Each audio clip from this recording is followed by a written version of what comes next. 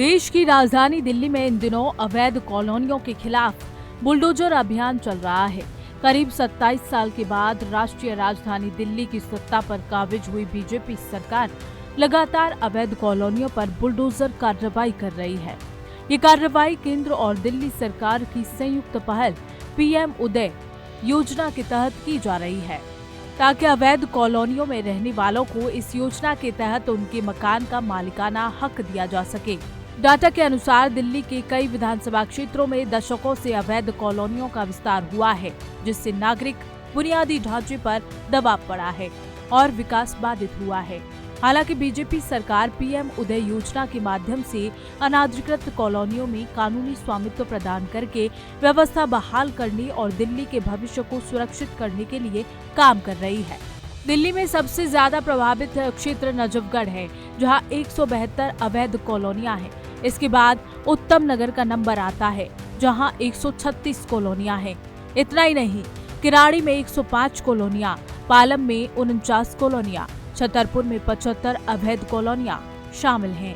इसके अलावा नरेला में 60, बादली में 43, बवाना में 58, मुंडका में 86, विकासपुरी में 70, मटियाला में 87, विजवासन में 43, छतरपुर में 75, देवली में 30, बदरपुर में 76, ओखला में 32, त्रिलोकपुरी में 20, विश्वासनगर में 19, सीलमपुर में 1, गोकलपुर में 51, मुस्तफाबाद में 48 और बुराड़ी में 59 अवैध कॉलोनियां हैं, जिन्हें पीएम उदय योजना के तहत चिन्हित किया गया है।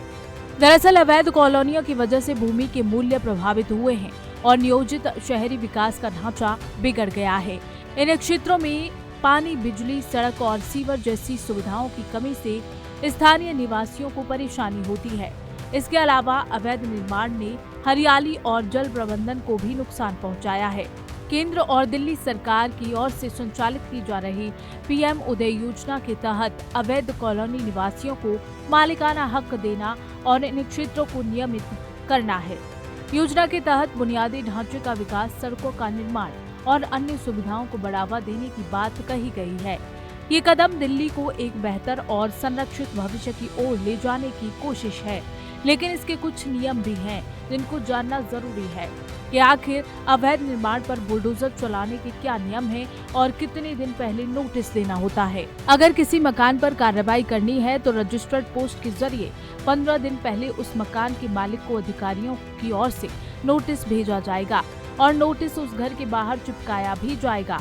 तो साथ ही उसे नोटिस में ये भी बताना होगा कि मकान क्यों अवैध है, कौन से नियमों का उल्लंघन किया गया है और किस वजह से मकान को गिराया जाएगा।